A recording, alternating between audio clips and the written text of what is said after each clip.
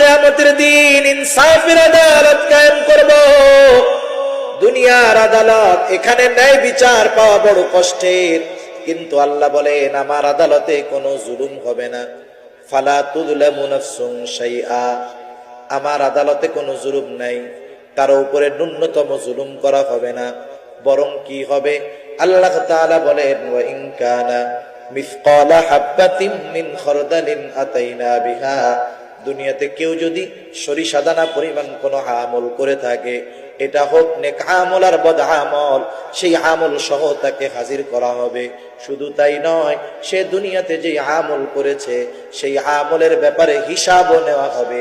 এত মানুষের হিসাব আল্লাহ কিভাবে নিবেন? আল্লাহ বলেন কাফা বিনা হাসিবিন। সুবহানাল্লাহ, হিসাব নেওয়ার জন্য আমি আল্লাহই যথেষ্ট। সুবহানাল্লাহ বলেন না?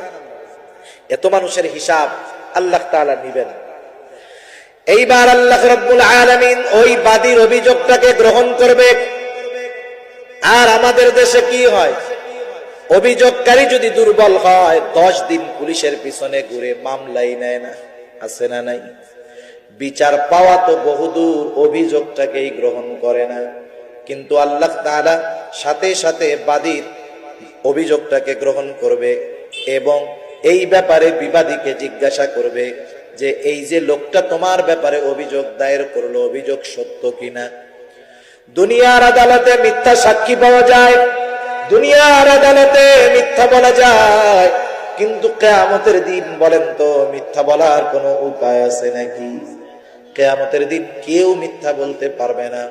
বরং আমি আপনি যে অঙ্গ প্রত্যঙ্গ দিয়ে দুনিয়াতে গুনাহ করি, আল্লাহর কসম, আল্লাহ কোরআনে জানায় দিয়েছেন আমার হাত, আমার পা, আমার চোখ, আমার কান, আমার চামড়া কিয়ামতের দিন আমার আপনার গুনার বিপক্ষে, আমার আপনার বিপক্ষে আমার গুনার কথাগুলা আল্লাহ তাআলার কাছে বলে দিবে।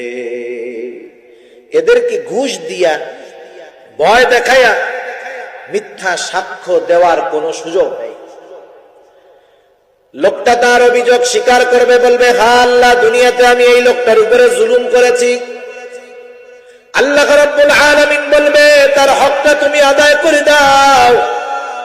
এইবার বিবাদী জালেম বলবে আল্লাহ এ তো দুনিয়া না, দুনিয়া না, দুনিয়া যদি হতো তার হকগুলো আমি দুনিয়াতে আদায় করে দিতাম। এইবার বাদী বলবে আল্লাহ ঠিক, এ তো দুনিয়া না, দুনিয়া না, দুনিয়ার মধ্যে সে আমার জমি জোরপূর্বক দখল করেছে, আজকে কিয়ামতের দিন আমার তো জমির প্রয়োজন নাই।